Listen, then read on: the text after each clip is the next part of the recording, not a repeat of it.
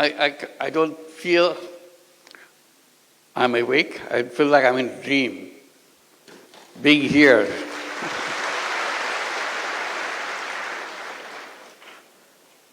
It's a stunning experience to come to such a prestigious, such an influential institution in the whole world. I admired from a distance. In the past, whenever I came, I tried to get a glimpse of Al-Azhar. I just came through just watching from a distance. I didn't dare to enter. I was not familiar where to go. Today you bring me in. I'm here with the students and the faculty and the friends. It's an amazing experience, a lifetime experience for me.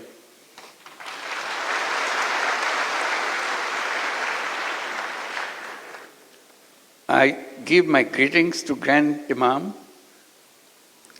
and all the leaders of the university. When you are mentioning all the numbers, these are stunning numbers. I come from the academic background. I know what it means, how staggering those numbers are, how overwhelming the undertaking is. This is a memorable event for me, to see you, meet you physically, and even get a chance to talk to you. It's a rare, rare opportunity. As someone coming from academic world, it's always exciting to be with the students. That's what we do, that's what we live for. And my greetings to all of you, all the students of Al-Azhar who are present here, who are outside, those staggering number of students and faculties all over the world. And among them, there are Bangladeshi students, pretty large number too. Can I see you with the Bangladeshi students? Will you please stand up to see? Wow, these are all Bangladeshi students. I should. Thank you. Thank you, thank you. তাহলে তো বাংলায় কথা বললেই হয় সব। অসংখ্য ধন্যবাদ। Thank you. অপূর্ব সৌভাগ্য আমাদের সবার, আপনাদের সবার সঙ্গে দেখা হলো আজকে।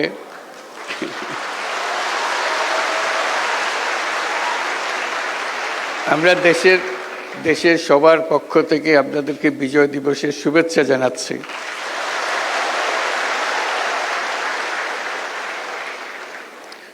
আমি ইংরেজিতেই বলি, অন্যরা বুঝতে পারবে না বলে আপনারা তো বুঝতে পারবেন।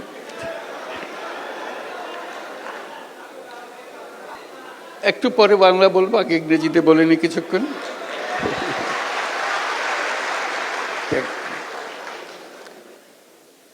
It's a wonderful feeling that you could accommodate so many students. I hope more and more students from Bangladesh could come here, and more opportunities will be available to you, because you change the world. Coming to Al-Azhar gives you the perspective, give you the knowledge, give you the willingness to do things which is good for humanity, not only in Bangladesh, globally. So that's your role. You are not limited to a particular country. You are limited for your service is for the whole world, for all humanity. I have to catch a flight right after this, so I have to be brief, and I'll try to share my experiences, what I did as a teacher, what I was trying to do, because this opportunity to interact with the students give me this opportunity to share what my efforts were, initiatives were. My experience in the University of Chittagong began 53 years back, as Bangladesh became just independent country at that time. I came back from the United States where I was teaching. Bangladesh today and Bangladesh 53 years back are completely different.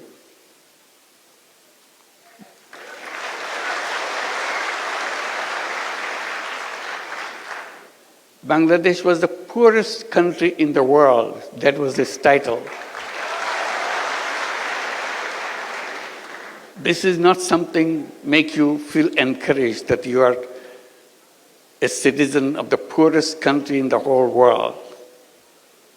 86% of the population of Bangladesh were under the poverty line. And you see poverty everywhere. And that war of liberation made it worse, because all the roads were broken, all the bridges are torn apart because of the war of liberation. People's life became very, very difficult. And as I was teaching, trying to see what can be done to make sure the people who live around the campus are reached out to. Because I was campaigning within the faculty of the university saying, if university is the reservoir of all the knowledge of the world, it doesn't matter where it is located, whether it's in the poorest country or the richest country, university is supposed to be the reservoir of all knowledge. And that's what Chittagong University should be too, as a reservoir of all knowledge. My question to the faculty was, if it is the reservoir of knowledge, should it be just limited to the walls of the university? Or should it be available to the people who live around the campus? That became a big debate. And I was campaigning that knowledge is no good if it is not useful for people. So if the university has knowledge, it must reach out and touch the lives of the people who were around it and beyond. And that's what this whole meaning of having an university. So we're trying to see, I was trying to see, not many people paid attention to it. What can be done? And then terrible thing happens in Bangladesh. Terrible, terrible thing. Worst thing that happened to our life in the history of Bangladesh. In 1974, we were hit by a famine. And Bangladeshi students probably heard about it, but others may not. An enormous number of people were dying of hunger throughout the country. You literally see dead bodies on the street every day. They died not because they had some any disease. They died because they couldn't eat. They didn't have enough to eat. And dying by hunger is the most painful way to die. Death approaches very slowly. The day you die, the moment you die, you cannot distinguish, nobody can distinguish at what point you are alive, at what point you are dead. It's a very slow-moving process. And suddenly, it shocked everybody. That is death by hunger, massive number of people in Bangladesh. And that hit us too in the university. So one of the things I was trying to do, if shortage of food is the problem, people couldn't eat. All I can do at least try to help the village next door to the university campus do not have shortage of food. So my first effort was to make sure there is no shortage of food in one village which is next to the university campus. So I did lots of different things. Then I saw no matter what I did, there's still a large number of poor people in the village who couldn't afford to buy that food, even if they had the food in the village. So I was trying to see how do you do that. One traditional way, give them charity, give them some money so that they'll get some food. And I was wondering whether there's a good way to do that, because religions, most of the religions say that, give charity to the people for good reasons. But I was kind of hesitant, because this is something which doesn't lead to the solution.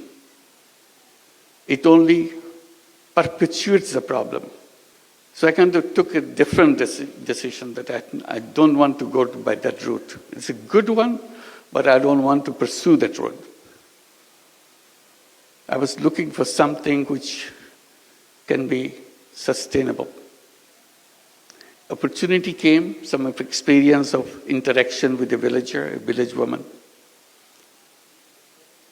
And she was explaining how she survives in a daily way. But in her survival process, she had to borrow money from someone to make some stool. And then the lender, which is the trader, gets all those stools to himself and sells in the market. And he gives the lowest possible price for those stools that the women made for. So she was totally cheated out of the whole deal. So she remains poor, but she struggles hard to make sure she gets a meal next morning or next day. The reason she didn't have the money to buy bamboo, which goes into the stool. I asked her, how much does a bamboo cost? So she borrowed the money from the trader. She said maybe about 50 cents, US dollar wise, or maybe a little more if you are looking for a good quality. I said, what if somebody gave you that 50 cents as a loan, can you pay it back? He said, of course I can pay it back, because I pay him much more than that. So paying you back is no big deal. I thought about it.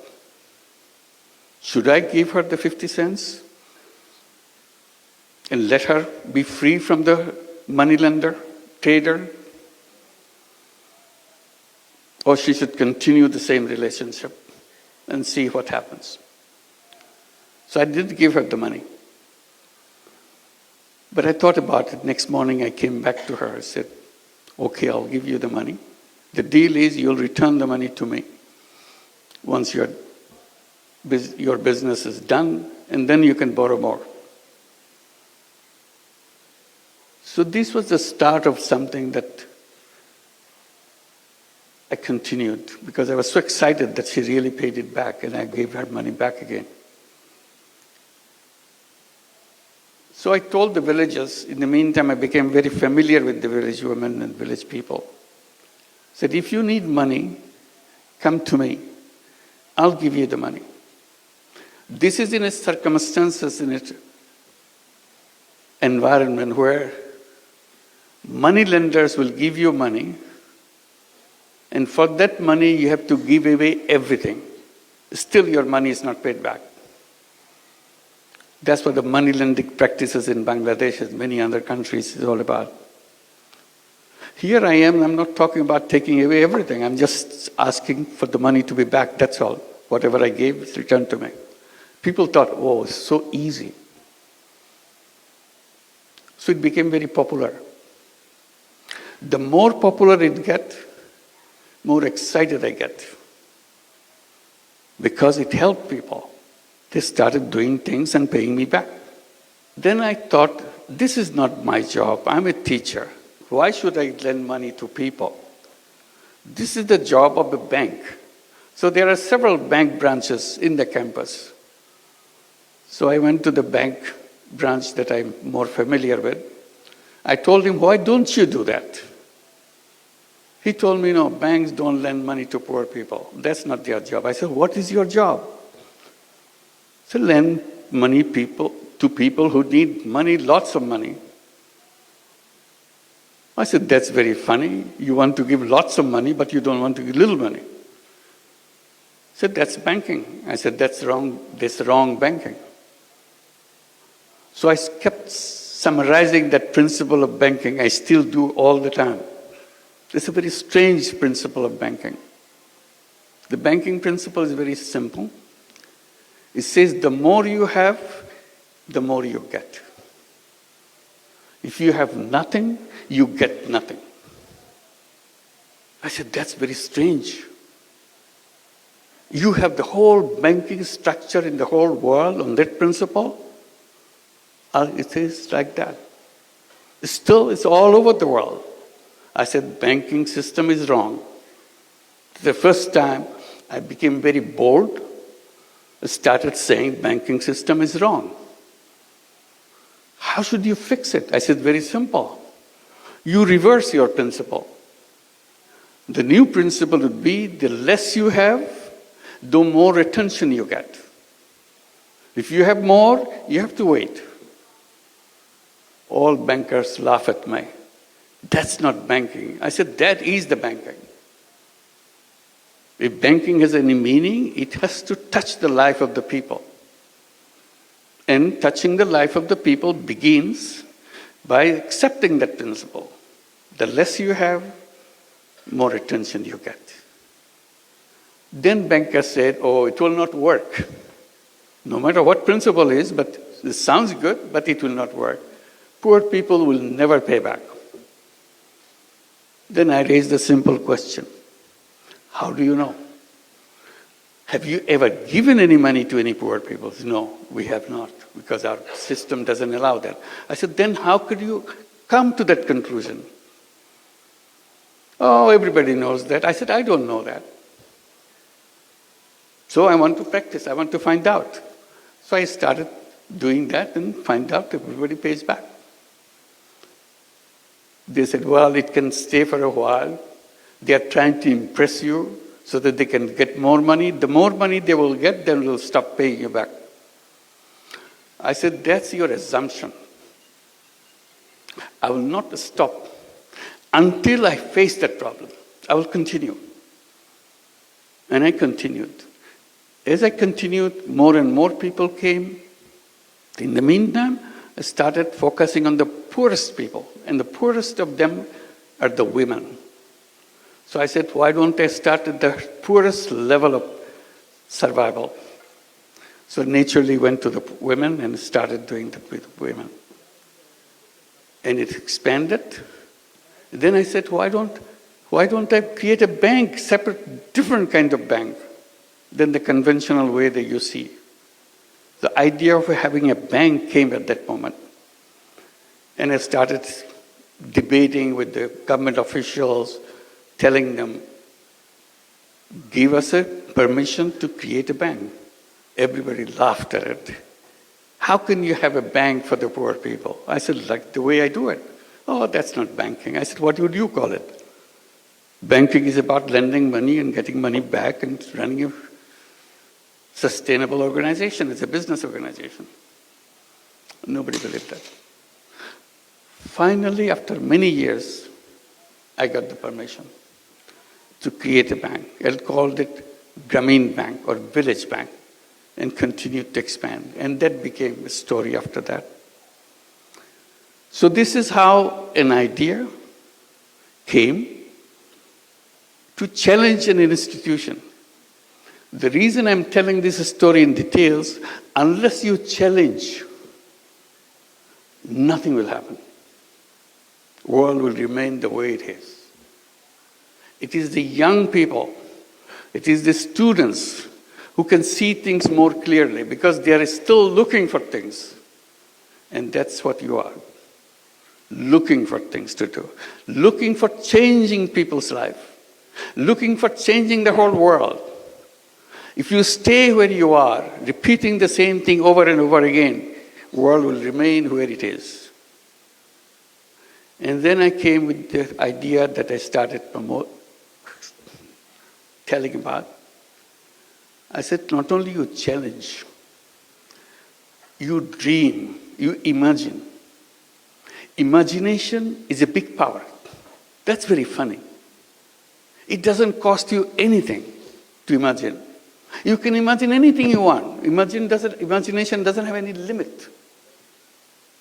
But it is the fundamental thing to lead you to change.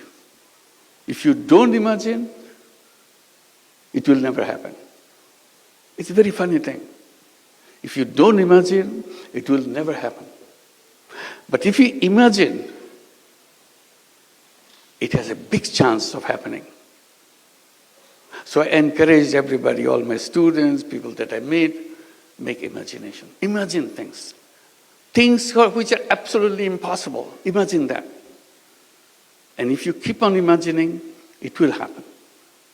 So while I do the thing, Grameen Bank, and people say it will work in Bangladesh, it will not work anyplace else, it started spreading in other countries. It even came to Egypt. We started some programs in Egypt. Many microcredit programs are introduced. It went to many other countries in Asia.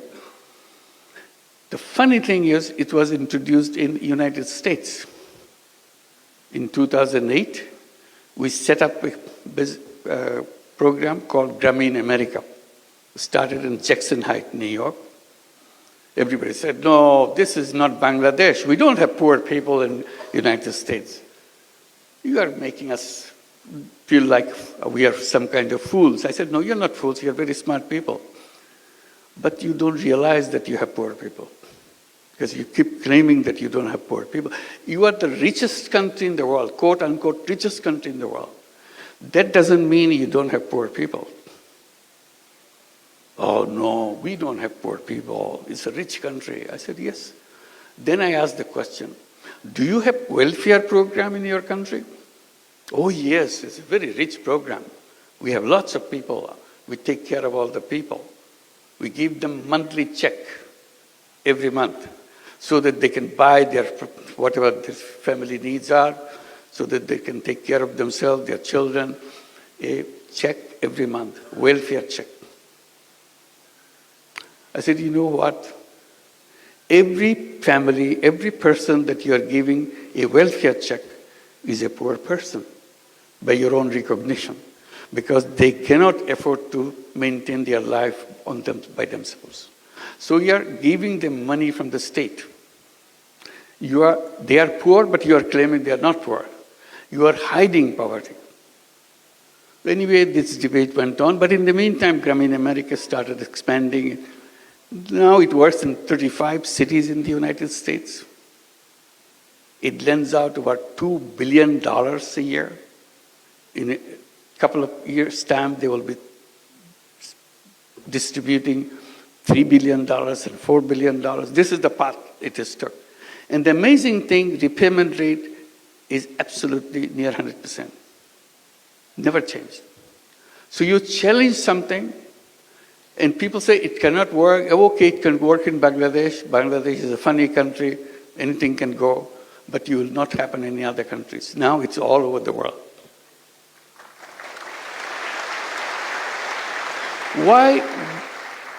Why women? I explained. And I said, women are not only poor in terms of income, they are also poor in health. If you are poor, you are always poor in health. If you are a poor woman, then all the diseases of the world is heading for you. That's the situation of poor women. So along with microcredit, all the loans that we give, savings that we take, we started looking at the condition of healthcare of the poor women. So we built up a whole healthcare program. We have healthcare program in every village so that we can take care of all the women. We have over 10 million borrowers, meaning 10 million women in our system, in the Grameen Bank in Bangladesh. So there's lots of people needing healthcare. So we introduced our healthcare system, and it worked very well. And we created many other systems to help the poor people. And people say, why are you doing all these things? Why don't you leave it to the state to take care? I said, look, the state government can do whatever they can do, but every citizen has a right an obligation to do what he or she can do. So we are simply using our right to make sure we make life for other people better. That's what we are doing. But you're doing it in a bit, you are charging people fee, you're charging people money to run this. Why don't you do it as a charity? I said, I'm always trying to stay away from charity, but charity has one limitation. Charity is a wonderful word, wonderful idea, because that's the only place where poor people could survive, charity. I said, I am saying that it can be done in another way. Because charity, when it goes, helps people, it does help people. But money that goes, it never comes back. So you have only one-time use of your money. So you have to find fresh money to do the same thing again. I said, what I'm doing, I'm trying to create it as a business proposition. So money goes out and does the job, and money comes back. So you use the money again and again. It never stops. I said, this is more powerful. Charity money has one life, but if you do it in another way, where it's a business proposition, then it has an endless life. Then he said, then you must be making a lot of money. I said, no, I'm not making money. That's not what I do. I promised to myself that I'll never make any money for myself. That's it. Simple proposition. So I don't even make any money for myself. Then why are you doing like this? This is not a business then. I said, it is a business. See, we're conflicting. In our classroom, we are told, if you are in a business, you have to make money. And the best sign of a good business is to make the profit as high as possible. Profit maximization principle. See, I got stuck with this now. Profit maximization principle. I said, well, that may be the one kind of business, but there are other kind of business. Oh, in our books, there is no other kind of business. There's only one kind of business. To profit maximizing. To maximize profit. I said, if you have only one kind of principle, then this is something missing.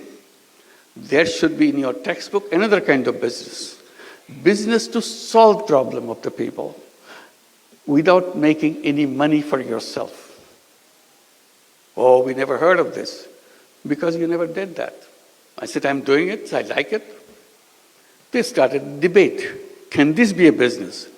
I said, of course it's a business. Business means you sell something, you produce something, sell something, and get your money back and have a surplus. In my business, there is a surplus. There's no question about it. But I don't want to take it myself. That's the only thing. The rest of it's the same.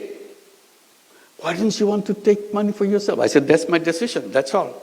You don't question that. If you like it, you should do it too. It's fun to do that.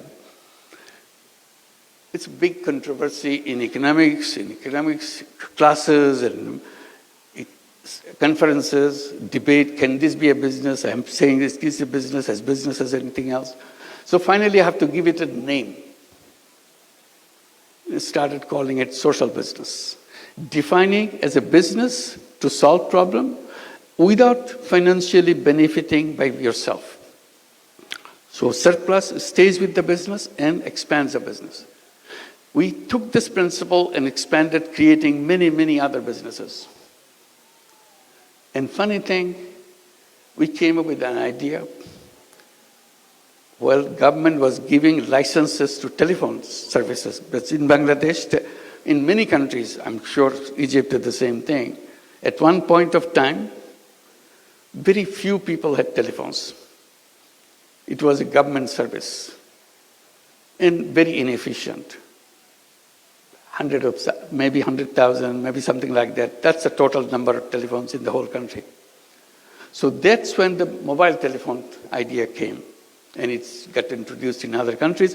Bangladesh wanted to give a license, give licenses for setting up mobile telephone companies. We looked at each other. What does it mean? And we had an idea. Why don't we apply? We had no idea what a mobile phone is for. But since government is asking for application, we sent an application. We want to have a mobile phone company. Everybody asked, why do you want to have a mobile phone company? You are just lending money to poor people, that's all. Mobile phone company, mobile phone is for the rich people. Very rich people. Because at that time it's very expensive when it came.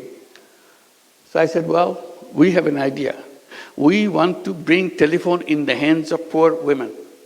Again, a shocking experience. Why poor women? What do they do with the telephone?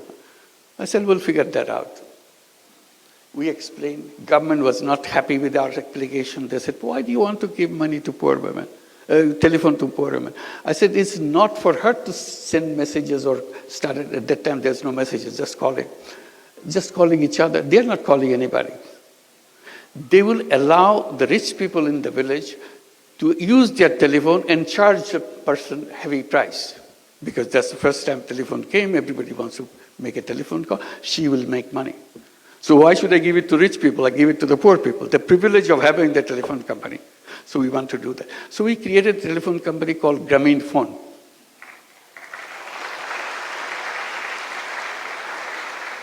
Government official asked, you said your women are illiterate. I said 100%. All our women are illiterate. They cannot read, they cannot write, they cannot even write their names. They don't even know what their names are. That's the beginning. Then why are you giving the telephones? Who cannot read, who cannot write?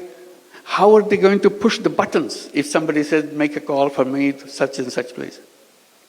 I said, you underestimate poor people. If they find out pushing those numbers bring them money, they will learn it in 10 minutes. There are only 10 numbers in the whole world. So if those numbers bring money, they are smart people. The poor people are poor, but they are not dumb people. They are very smart people. That's how they survive. And literally they did that.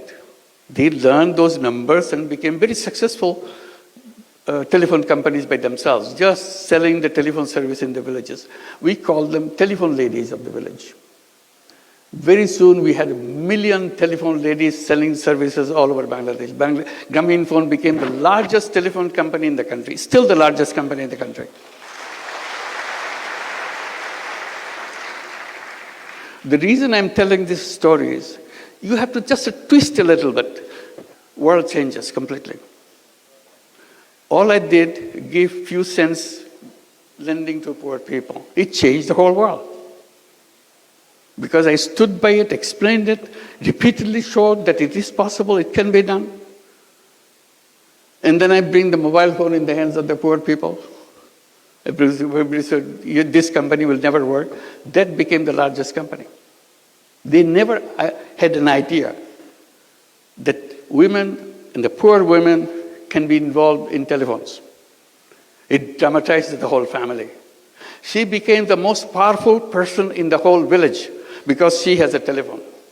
You may be a rich person, but you don't have a telephone. Because our company gave only telephone to the poor women, nothing else, in the beginning. Now we give it to everybody. So she became very, very respected person, very important person in the village. One lady was explaining to me in those days, saying that, I said, how do you know you're an important person? She said, I know I'm an important person in the village because no wedding ceremony can take place in 7 villages around me without me getting invited. That's the importance. So it's powerful. It gave them power. It brought technology. Their children changed.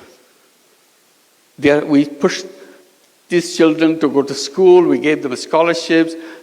From illiterate families, they went to universities. They got their PhDs. Many of them became doctors, engineers. I said, there's nothing wrong with the children of poor families. Simply, they didn't have enough finance to go through the school system. After they go to the school system, they're as good, even better. They're topping the class. So it's about perception, how you look at the world, what you want to do with the world. So now I talk about creating a new world. I call it world of 3 zeros.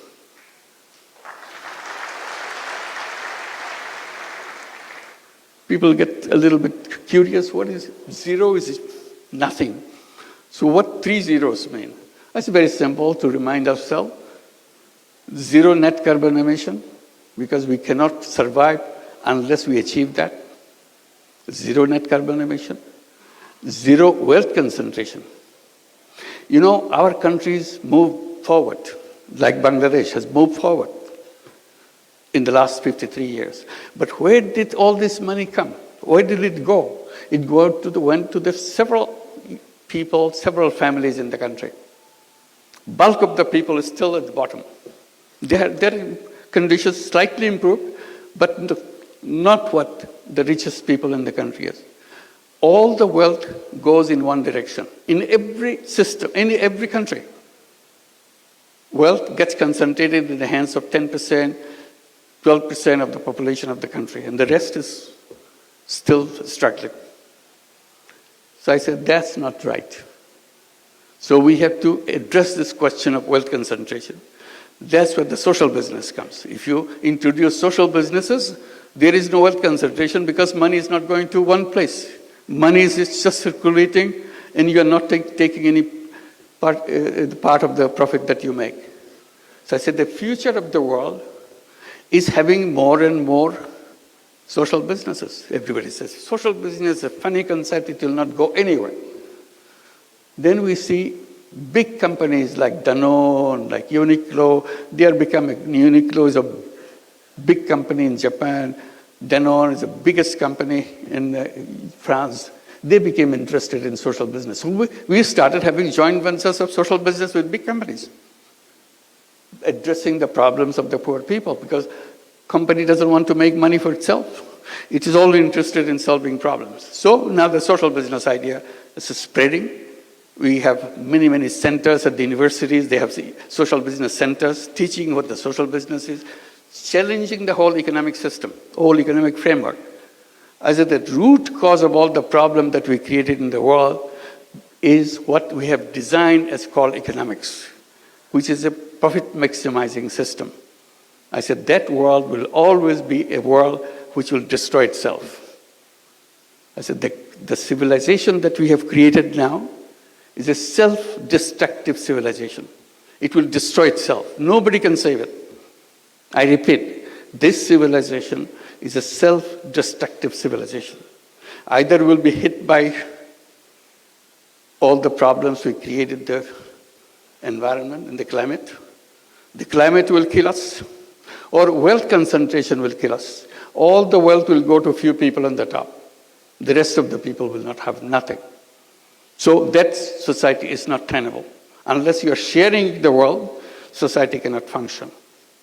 And the last one is zero unemployment. That's very interesting. It came because of my experience with microcredit. I said all human beings are born as entrepreneurs, not job seekers. But the economics teaches us, get ready, get a good degree, get a good education, get to the best university, so that you get a best job. I said job is a wrong idea, absolutely wrong idea.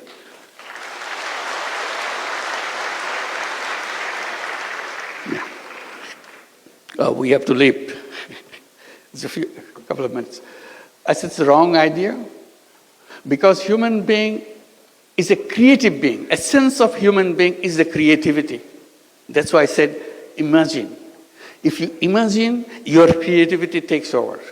It makes it happen. You imagine that you want to go to the moon. When people were saying we want to go to the moon, everybody laughed at each other. Such a funny idea, human being going to the moon. You couldn't be funnier than that. But it's a dream. When you have a dream, you make it happen. And they made it happen. Now, lots of other dreams are coming up. What is your dream? The best thing any education institution gives to the students is to make him or make her capable of dreaming. If an institution is not inculcating that quality in young people, that institution is not an academic institution. It doesn't serve the whole purpose of being an academic institution, inspiring young people to dream the things that you would like to see. Once you dream, it will happen. So I talk about zero unemployment. I said all human beings are born as entrepreneurs. Job is a legacy of slavery. We don't want slavery. We don't want to be slaves. But the education system forces us to do that because they say you need a degree, you need a piece of paper. Because if you produce a piece of paper, you get a job. I said, I want to create an education system where we don't need a piece of paper. We don't need a degree to show it to somebody. I use the knowledge to change the life of the other people, change the life of any people. That's what entrepreneurship is all about. And entrepreneurship is not about making money. Entrepreneurship is about changing the life of the people. So if you can create a society, create a world of 3 zeros, 0 net carbon emission, 0 wealth concentration, 0 unemployment, we create a new civilization. That's the challenge. That's the task that we have. এই কথা বলার জন্যই আপনাদের কাছে আজকে আসলাম। আপনাদের